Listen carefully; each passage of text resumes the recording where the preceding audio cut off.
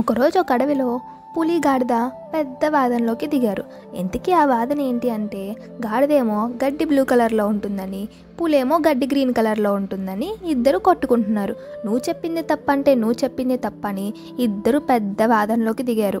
ఇదంతా చూసి చిరాకు పడ్డ గాడిద, అబ్బా పులి, నీకెంత చెప్పినా అర్థం కాదు, మనం ఈ అడవికి రాజైన సింహం దగ్గరికి వెళ్ళి అడుగుదాం అని ఇద్దరు విసుగ్గా కోపంగా సింహం దగ్గరికి వెళ్ళి జరిగిందంతా చెప్తారు. అప్పుడు గాడిద, రాజా నిజం చెప్పండి, గడ్డి బ్లూ కలర్లోనే ఉంటుంది కదా అని అడుగుతుంది. దానికి సింహం, అవును నిజమే, గడ్డి బ్లూ కలర్లోనే ఉంటుంది అని కోపంగా పులి వైపుకు చూసి, ఇదంతా చేసినందుకు నీకు 1 సంవత్సరం పాటు శిక్ష విధిస్తున్నాను అని అంటది. దానికి గాడిద హాయిగా నవ్వుకుంటూ పిచ్చిదానిలాగా దానిలో అదే, హే గడ్డి బ్లూ కలర్లో ఉంటుంది, గ్రాస్ ఈజ్ బ్లూ అని అరుచుకుంటూ వెళ్ళిపోతుంది. ఇదంతా చూసి పులికి పాపం బాధేసి 1 నిమిషం ఆగి సింహం వైపుకు చూసి, రాజా నిజం చెప్పండి, గడ్డి గ్రీన్ కలర్లోనే ఉంటుందని మీకు కూడా తెలుసు, మరి నాకెందుకు శిక్ష విధించారు అని జాలిగా కోపంగా అడుగుతుంది.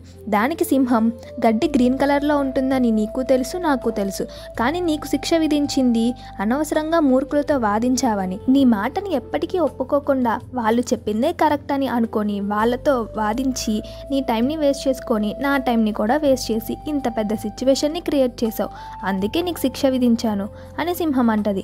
లైఫ్లో కూడా అంతే, ఒక్కొక్కసారి మనం థింగ్స్ ఎక్స్ప్లెయిన్ చేసినప్పుడు అర్థం చేసుకోకుండా మాట్లాడి వాళ్ళు చెప్పిందే కరెక్ట్ అనుకునే వాళ్ళతో నీ టైంని వేస్ట్ చేసుకోకు. అర్థమైందా?